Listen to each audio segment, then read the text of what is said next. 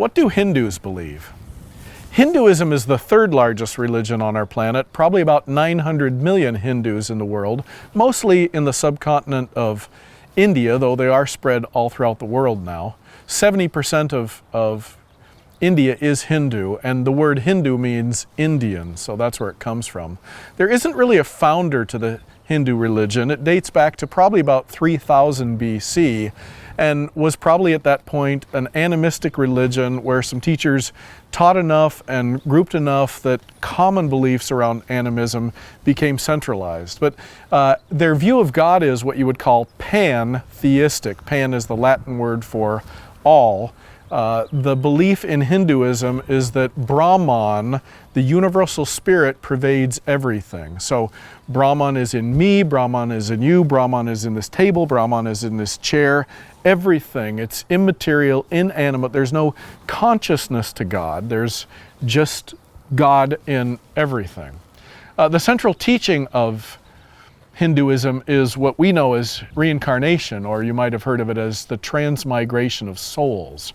Krishna, one of the great teachers in Hinduism, in Bhagavad Gita 2:22 said, "Just as the body casts off worn-out clothes and puts on new ones, so the infinite immortal self casts off worn-out bodies and enters into new ones." So by a succession of deaths and lives, over time, the spirit can build up karma, which moves it forward in life to progressively better and higher life forms.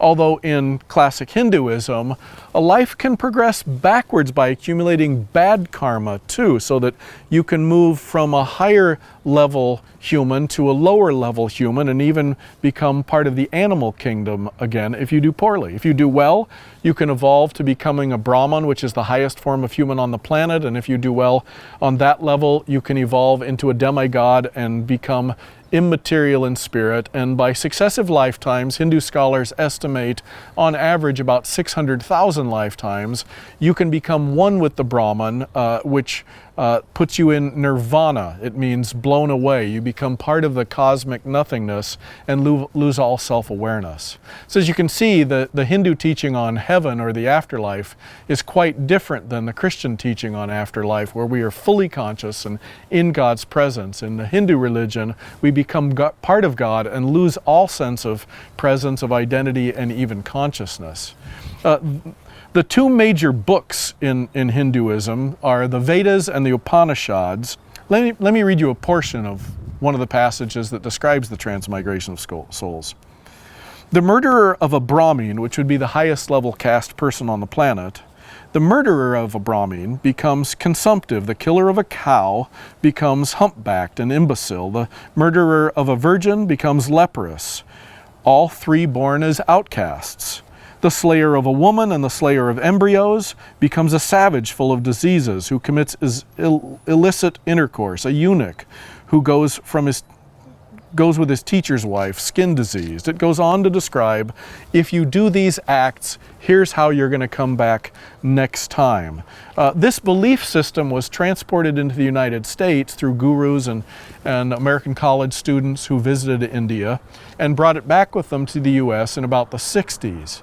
When it came to the United States, we're an upwardly mobile society. We believe in cosmic optimism, that things always move forward, not backwards.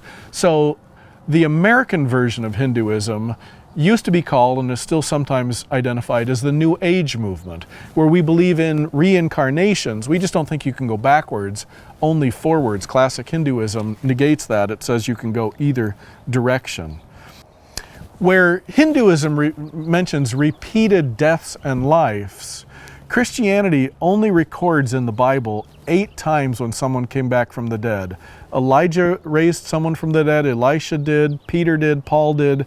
Jesus raised 3 people from the dead, and Jesus himself was raised from the dead. Those are all exceptions to the rule, which is why they're considered miracles. The Bible teaches this about death and life after it. It says in Hebrews 9:27, "As man is destined to die once, and after this comes judgment." Both systems can't be right. Either there's repeated deaths and lives, or there's one life and then judgment after that. So their religion's worth reflecting on and comparing which seems truer, more right, more true to life as you listen to God whisper to you. Does repetitive death after life, building up of karma or losing of karma seem like the way things go, a caste system where we are better than others because of how we were born? Or Jesus' teaching on love your neighbor as yourself and all that Christianity encapsulates in the Bible? It's one of those questions you got to decide for yourself.